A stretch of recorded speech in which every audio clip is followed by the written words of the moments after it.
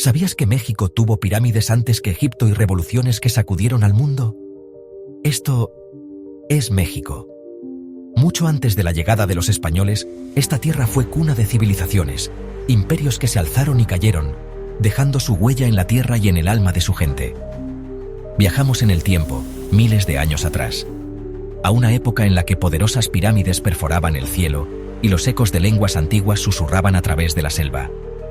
Una de las primeras civilizaciones en adornar esta tierra fue la Olmeca, la cultura madre de Mesoamérica. Entre 1600 y 400 a.C., los olmecas florecieron en la costa del Golfo, dejando como legado sus enigmáticas cabezas colosales que aún hoy desconciertan a los arqueólogos. Su influencia se extendió por todas partes, llegando a otras culturas emergentes como la maya y la zapoteca. Los mayas, maestros del tiempo y las matemáticas, esculpieron sus ciudades en las densas selvas de la península de Yucatán.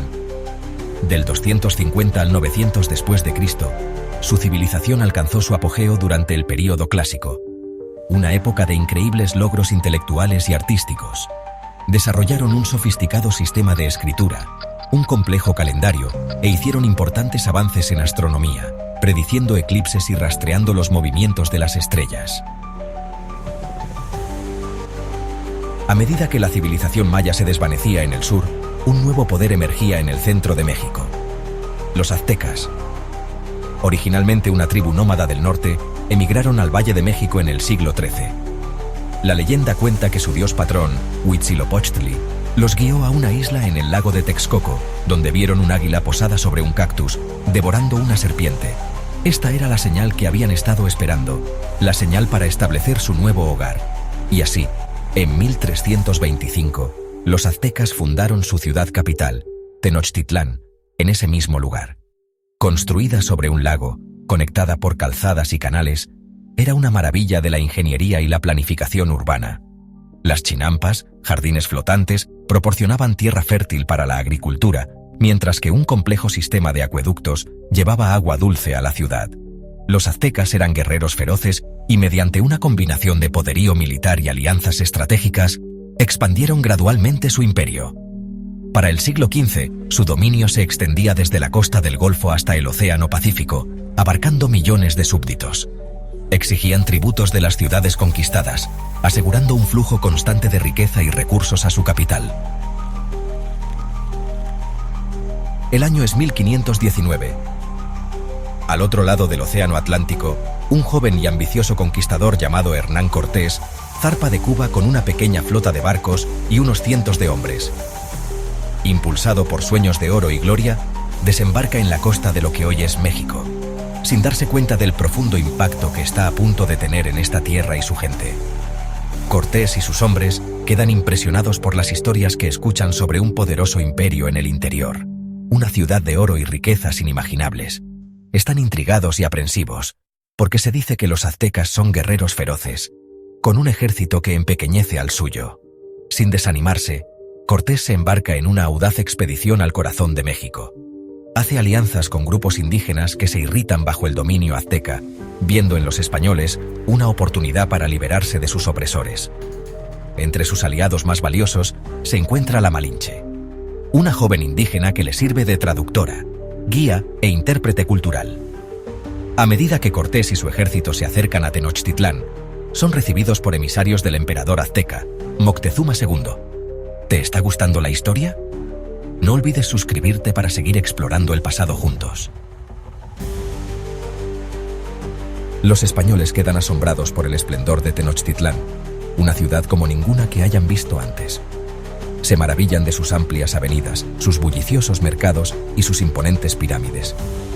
Cortés, un estratega astuto y despiadado, utiliza una combinación de diplomacia y engaño para hacerse con el control de la ciudad. Toma a Moctezuma como rehén, manteniendo efectivamente el imperio azteca como rescate.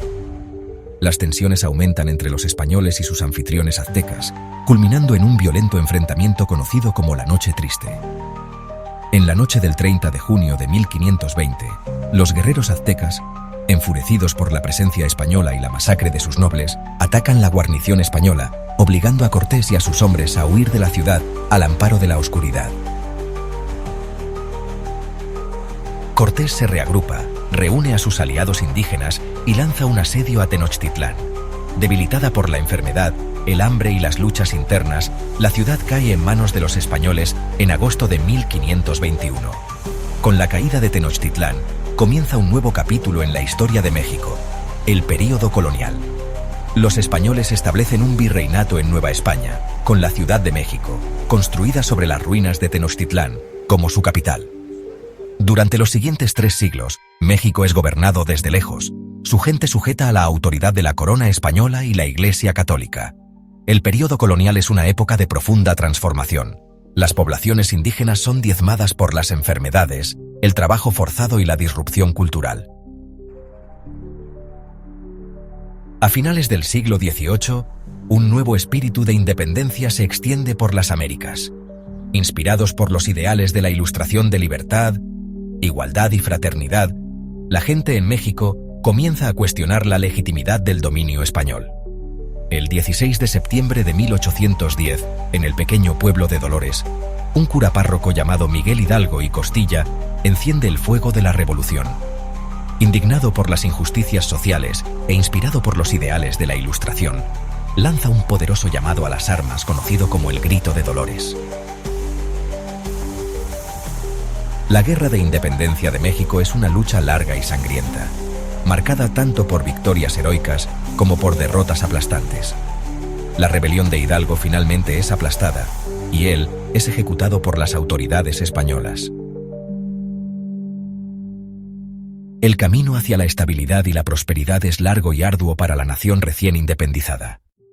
En la segunda mitad del siglo XIX, Porfirio Díaz asume el poder en 1876 y gobierna México con mano dura durante más de 30 años. El porfiriato, como se conoce a su régimen, es una época de progreso y opresión.